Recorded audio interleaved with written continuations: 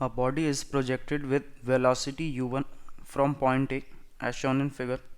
At the same time, another body is projected vertically upwards with velocity u2 from point B. What should be the value of u1 by u2 for both the bodies to collide? तो अगर हम situation draw करें यहाँ पे, एक body vertically ऊपर जा रही है बी बॉडी, और ए को फेंका है obliquely angle 60 degree of projection. तो अगर इनका कोलिजन होगा, ये जो बी बॉडी है ये तो वर्टिकली मूव कर सकती है स्ट्रेट लाइन में, तो इनका अगर कुछ कोलिजन हुआ तो इसी लाइन पे होगा। मान लेते हैं कुछ इधर कोलिजन हुआ दोनों बॉडीज़ का, दोनों बॉडीज़ को सेम टाइम पे प्रोजेक्ट किया गया, तो मान लेते हैं इसको भी t इज इक्वल टू 0 पे प्रोजेक्ट किया और इसको भी t इज इक्वल टू 0 पे। दोनों बॉडीज़ जब कोलाइड कर रहे हैं, मान लेते हैं टाइम क्या है t, तो t तो दोनों के लिए सेम रहेगा, t है टाइम ऑफ कोलिजन। दोनों बॉडीज़ के लिए कोलिजन का टाइम सेम रहेगा क्योंकि दोनों को t इज इक्वल टू 0 पे प्रोजेक्ट किया। और अगर हम सोचें दोनों बॉडीज जब कोलाइड करेंगी तो ग्राउंड से सेम हाइट पे करेंगी, तो अगर हम ऊपर की डायरेक्शन को पॉजिटिव y एक्सेस बोल देते हैं, वर्टिकली अपवर्ड्स को पॉजिटिव y ले रहे हैं, तो दोनों बॉडीज़ ग्राउंड से सेम हाइट पे y डायरेक्शन में कोलाइड करेगी।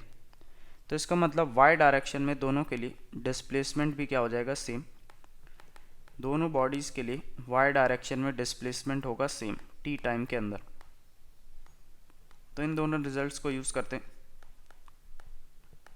अगर हम a के लिए लिखें y डायरेक्शन में, अगर हम a के लिए लिखना है तो y डायरेक्शन में इसकी इनिशियल वेलोसिटी आएगी u1 sin 60, u1 sin 60, और एक्सेलेरेशन है g डाउनवर्ड्स फॉर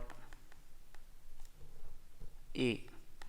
के लिए y डायरेक्शन में क्या लिख सकते हैं, मान लेते हैं जहाँ पर कोलाइड करे वो वैल्यू है h is equal to initial speed of a along y direction, तो u1 sin 60 into t minus half g t square. Minus क्यों लिया, क्योंकि हमने ऊपर की डायरेक्शन पॉजिटिव लिया और एक्सेलेरेशन है डाउनवर्ड्स। और अगर b पार्टिकल के लिए लिखें, b पार्टिकल के लिए इनिशियल स्पीड y डायरेक्शन में है u2 इंटू टी, टाइम तो इसको भी सेम लगा, और minus half g t square. अगर फर्स्ट और सेकंड को इक्वेट कर दें तो यहाँ से क्या लिख सकते हैं, u1 √3/2 into T minus half G T square, दोनों h के बराबर हैं, दोनों को इक्वेट कर रहे हैं, u2 into T minus half G T square. ये वाला टर्म दोनों के लिए सेम है, t और t को कैंसिल कर सकते हैं, तो यहाँ से u1/u2 की वैल्यू क्या लिख सकते हैं, 2/√3। तो अगर इन दोनों का रेशियो स्पीड्स का ऐसा कुछ है तो ये कोलाइड कर जाएंगे मिड एयर में।